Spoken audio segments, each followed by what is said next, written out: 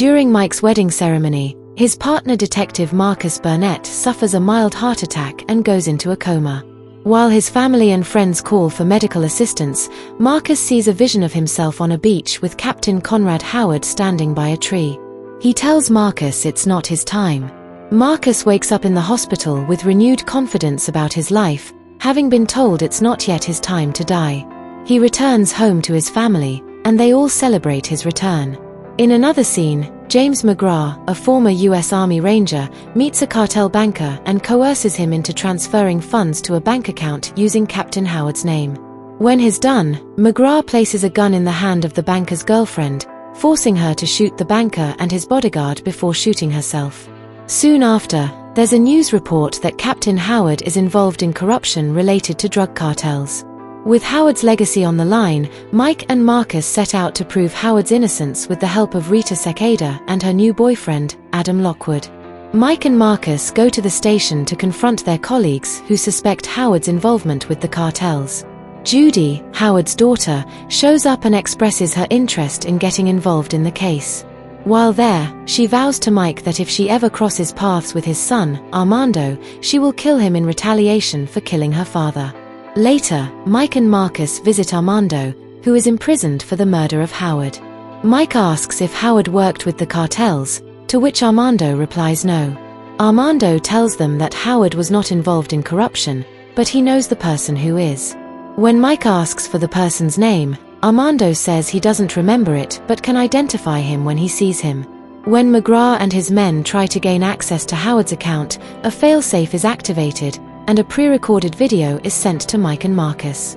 In the video, Howard tells them that for them to be watching it means he is dead. He acknowledges they are setting him up and cryptically mentions that the Coke bottle giant is the key. It turns out Howard was referring to Fletcher, a paroled hacker. They go to Fletcher's club in search of information. Seeing that Fletcher is not opening up to them, Marcus points his gun at him to make him talk. But before Fletcher can tell them what they need to know, McGraw, who has already infiltrated the club with his men, shoots him and walks away while his gunmen fire shots at Mike and Marcus. Before Rita and her officers arrive at the scene, the gunmen had already escaped. They take a video of the artwork and on closer inspection discover a QR code, which when scanned reveals another video message from Howard. In the video, he tells them about the corrupt officials and urges them to finish what he started. Meanwhile, in prison, some of McGraw's men disguised as prisoners attack Armando. He fights and defeats them all. Mike makes a request for Armando to be air transported to a more secure location, which is granted. Unfortunately, McGraw and his men hijack the helicopter, forcing the pilot to send a distress message implicating Mike and Marcus in the attack. McGraw then kills the pilot by slitting his throat. Upon realizing the helicopter has been hijacked, Mike and Marcus engage in a fierce battle with McGraw and his men, but they manage to escape. They're able to free Armando, who helps crash land the helicopter into a lake. Luckily, Mike, Marcus, and Armando survive, but they are tagged as wanted by the authorities who found the distress message while surveying the crash site. Meanwhile, McGraw puts out a bounty on their heads. The three visit Dawn's place and are surprised to find Kelly there. Dawn uncovers McGraw's history, revealing that he was held hostage with his team by the cartel, but he gave them away after being tortured. Armando identifies McGraw as the man who hired him to kill Captain Howard. Mike calls Rita and informs her of their findings about McGraw. Shortly after the call, they discover through Dawn's security cameras inside their homes that McGraw has sent his men after their family members. As Mike tries to call Christine, Marcus calls his Marine son-in-law, Reggie, and informs him about the men around. Reggie takes Teresa and Megan to safety while he grabs his gun and successfully takes down 15 men, ensuring the family is safe. Christine answers the door for Callie, Judy's daughter, and then finds Mike calling her phone. Upon answering, she sees McGraw and his men already inside the house. The two are tied up and taken away. Mike contacts Rita again while she is with Lockwood and tells her of his suspicion that Lockwood is working with McGraw. With that in mind, Rita tells Lockwood she is going to the station, and he follows her.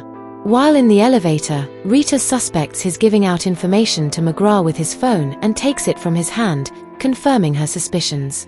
They struggle over the phone. Lockwood tries to kill her, but Dawn and Kelly come to her rescue. Using Lockwood as bait, Mike's team engages in a gunfight with McGrath and his men at a former alligator-themed park to rescue Christine and Callie. During the chaos, Armando finds Callie and fights to rescue her from McGrath's men. They both go into hiding for safety. Marcus finds himself on the same beach he saw in his vision. While he is contemplating this, McGrath points his gun at him. When Mike arrives, McGrath holds both Christine and Marcus at gunpoint and orders Mike to choose who will die. Mike shoots Marcus in his bulletproof vest, creating a distraction that allows Marcus and Christine to escape, while Mike shoots McGrath dead. In the midst of it all, Judy finds Armando and wants to kill him.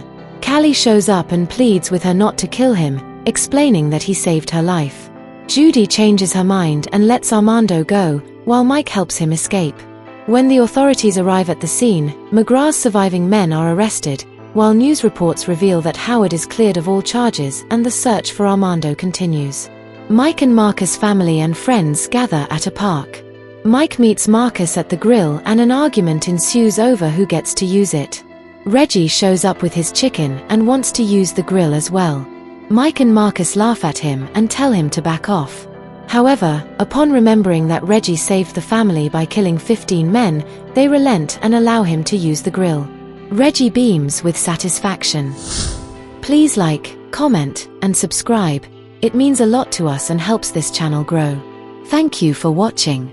Hope to see you in my next video.